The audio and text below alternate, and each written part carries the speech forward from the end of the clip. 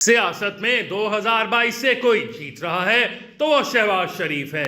سابق وزیر اعظم نواز شریف کی پاناما کیس میں نااہلی کے بعد جب اقتدار کے لیے نئی بھرتی کا عمل شروع ہوا تو سب سے زیادہ ریٹنگ عمران خان کی تھی، جو دھرنوں کے بعد سے بھرتی والوں کی آنکھ کا تارا بن چکے تھے اور خود کو ملک کا نیا وزیر اعظم دیکھ رہے تھے۔ مگر ایسا بالکل بھی نہیں تھا۔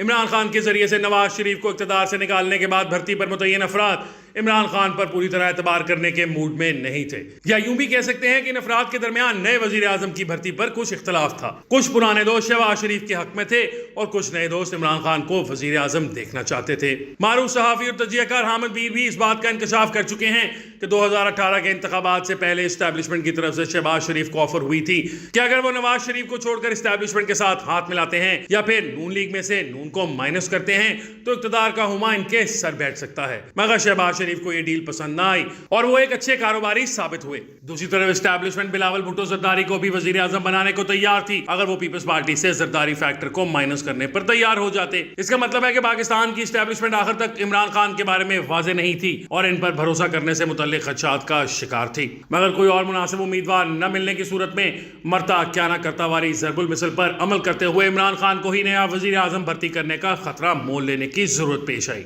یہاں ایک اور دلچسپ بات دیکھنے میں آئی ہے کہ پاکستان کی اسٹیبلشمنٹ ہمیشہ سے نئے، نابلد اور نابالغ افراد کو وزیر اعظم بنانے میں سکون محسوس کرتی ہے کیونکہ ان کو اچھے اور پرسکون طریقے سے استعمال کیا جا سکتا ہے۔ شہباز شریف عرصہ دراز سے اسٹیبلشمنٹ کی آنکھ کا تارا ہیں۔ ان کو ہمیشہ سے نواز شریف کے متبادل کے طور پر تیار کیا جاتا رہا ہے۔ پرویز مشرف کے دور میں بھی اس بات کی بہت چہم گوئیاں تھیں کہ مائنس نواز شریف کر کے شہباز شریف صاحب کو آگے لایا جائے۔ اس دور میں اس بات کے چرچے بھی تھے کہ شہباز شریف بیک ڈور رابطوں کے ذریعے سے پرویز مشرف کے ساتھ بھی بات چیت کر رہے تھے۔ اسی دور میں بیگم کلثوم نواز کی طرف سے منسوب ایک بیان سامنے آیا تھا کہ شہباز شریف جو مشورے نواز شریف کو دے رہے ہیں وہ مشورے اپنے دوست پرویز مشرف کو دیں۔ یہ خیال کیا جاتا ہے کہ شہباز شریف اس ڈیل پر نواز شریف کو نہ منا سکے، مگر انہوں نے خود اپنے بل بوتے پر یہ خطرہ کبھی مول نہیں لیا کیونکہ ان کو ایک اچھا کاروباری ہونے کی وجہ سے پتا تھا کہ ووٹ بینک اور مقبولیت نواز شریف کی ہے۔ کہیں ایسا نہ ہو کہ وزیر اعظم بننے کے چکر میں وہ پنجاب کی وزارت اعلیٰ سے بھی ہاتھ نہ دھو بیٹھیں۔ پاکستان کی اسٹیبلشمنٹ عمران خان اور ان کی حکومت سے بہت جلد مایوس ہونے لگ گئی تھی اور عوامی رائے بھی تحریک انصاف کے خلاف جانے لگی تھی۔ اس کی ایک بڑی وجہ یہ بھی تھی کہ اسٹیبلشمنٹ سمجھتی تھی کہ یہ حکومت عمران خان اور تحریک انصاف کی نہیں بلکہ ان کی ہے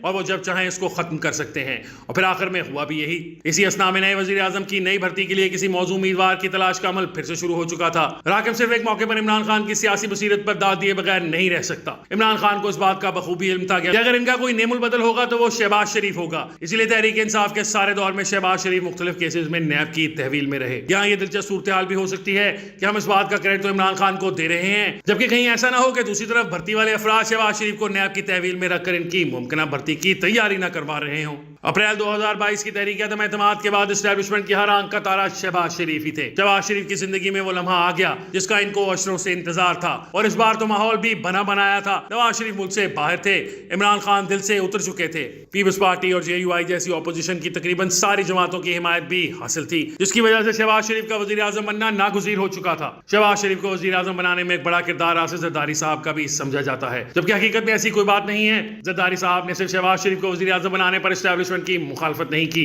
یہ مخالفت نہ کرنے کی بھی ایک بڑی وجہ تھی اور وہ سندھ کی حکومت تھی۔ پیپلز پارٹی سندھ میں کئی ترقیاتی منصوبے شروع کر چکی تھی جن کی تکمیل کے لیے انہیں کچھ وقت درکار تھا اور ان منصوبوں کی تکمیل کے بغیر اگلے الیکشن میں جانا مشکل ہو جاتا۔ آصف زرداری صاحب کو شہباز شریف کے وزیر اعظم بننے سے وقت بھی مل گیا، عمران خان سے بھی جان چھوٹ گئی اور 1.5 سال کے لیے اسٹیبلشمنٹ کا خطرہ بھی ٹل گیا۔ 2024 کے الیکشن کی تیاری کے سلسلے میں نواز شریف کو خاص طور پر پاکستان لایا گیا۔ اس وقت بھی سیاست پر گہری نظر رکھنے والوں کو اس بات کی خبر تھی کہ نواز شریف کو الیکشن کے لیے استعمال کیا جائے گا جبکہ وزیر اعظم چھوٹے میاں شہباز شریف کو ہی بنایا جائے گا، جو فیورٹ ہونے کے ساتھ ساتھ آزمودہ بھی ہو چکا ہے۔ الیکشن کے نتائج کے بعد نواز شریف سمیت سبھی لوگ ہارے، جو جیتا وہ صرف شہباز شریف تھا۔ ویسے تو منافع بخش کاروباری ہونے کی وجہ سے نواز شریف بھی سادہ حصہ اتحرک والی پالیسی پر عمل کرتے ہوئے اپنی بیٹی مریم نواز کو پنجاب کی وزیر اعلیٰ بنوانے میں کامیاب ہو گئے۔ اسٹیبلشمنٹ کو عرصہ دراز سے ایک ایسے ہی وزیر اعظم کی تلاش تھی جو انتظامی امور بھی دیکھ سکتا ہو، پنگا نہ لینے کی سرشت بھی رکھتا ہو اور عرصہ دراز سے دیکھا بھالا بھی ہو۔ تو پھر ایسی صورتحال میں شہباز شریف جیسے موضوع وزیر اعظم کو بھلا وہ کیسے چھوڑ سکتے تھے،